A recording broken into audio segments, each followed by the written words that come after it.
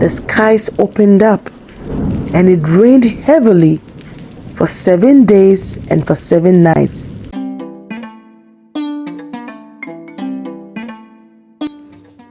Once upon a time, in a small village nestled among the hills of Ghana, there lived a midwife named Mama Esi.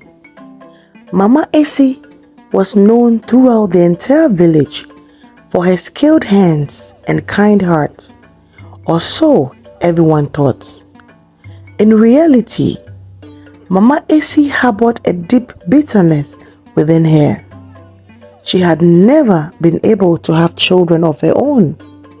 And as the years passed, and as she entered her old age, this bitterness grew into a quiet, seething anger. Mama Esi's husband had died many years ago, leaving her all alone with her grief. As time went on, her heart grew even heavier and her spirits even darker.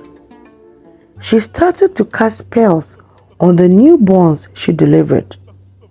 To the baby girls, she whispered a curse of eternal loneliness, ensuring that none would find a husband.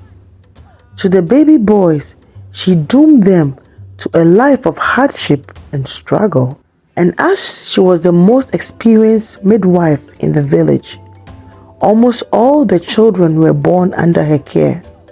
Most people would travel far and near for her skilled hands. There were some instances where people who had difficulty having children would come for her for special baths and cleansing. This made her gain a lot of popularity not only in her town but worldwide. Some women whom she helped deliver their children even named some of their daughters after her just to honor her. Years went by and the village suffered greatly. The young men struggled to make ends meet.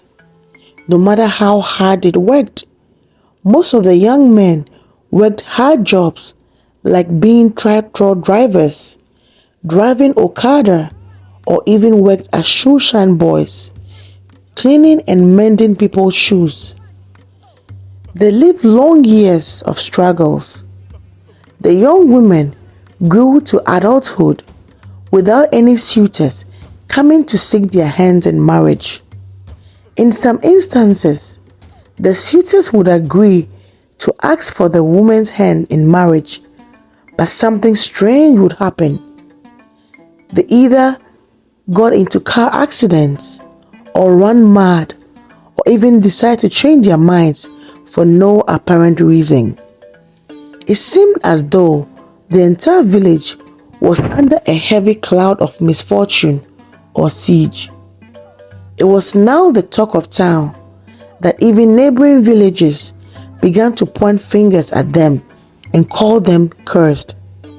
No one wanted to associate with them, especially when it came to marriage. Neighboring towns warned their people to disassociate with them due to their bad luck.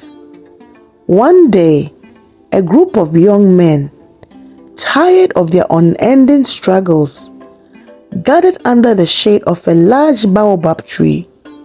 They decided it was time to seek divine help. If we continue like this, we will all perish in poverty, they declared.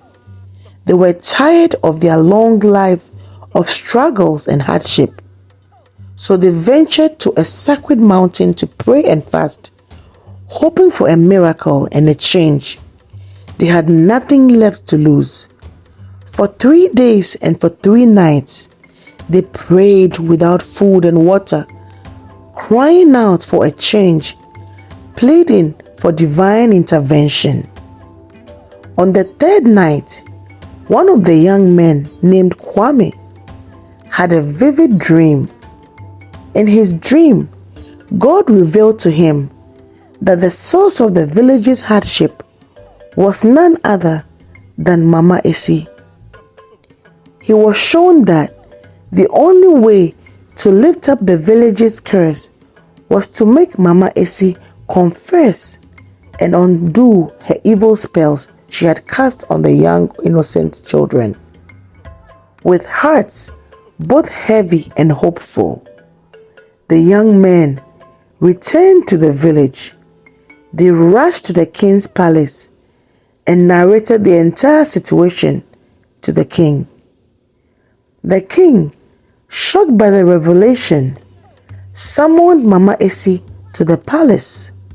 In front of the entire village, she confessed to her deeds, overwhelmed by her guilt and remorse. "I was pained and bitter," she sobbed, admitting to the curses she had cast on the innocent children. The king decreed that Mama Essie must undo the spells. With a heavy heart, she lifted the curses she had placed on the village's youth. Once the spells were undone, she was banished from the village and sent to live in the evil forest, a place where wild beasts roamed as punishment for her action. After her banishment, the skies opened up and it rained heavily for 7 days and for 7 nights, washing away all the remnants of her dark magic. When the rain stopped, sunlight pierced through the clouds, warming the soil and the hearts of the people. Suddenly, life in the village changed. Marriage celebrations filled the air with joyous songs and dances. Young men found success and opportunities where there had been none before. The entire village blossomed as peace and prosperity were restored. The curse was finally lifted and happiness reigned. The young men began to excel in their various businesses, and the young women were married to prominent men. And so, the villagers learned that sometimes those who seem kindness may carry hidden sorrows that led them astray.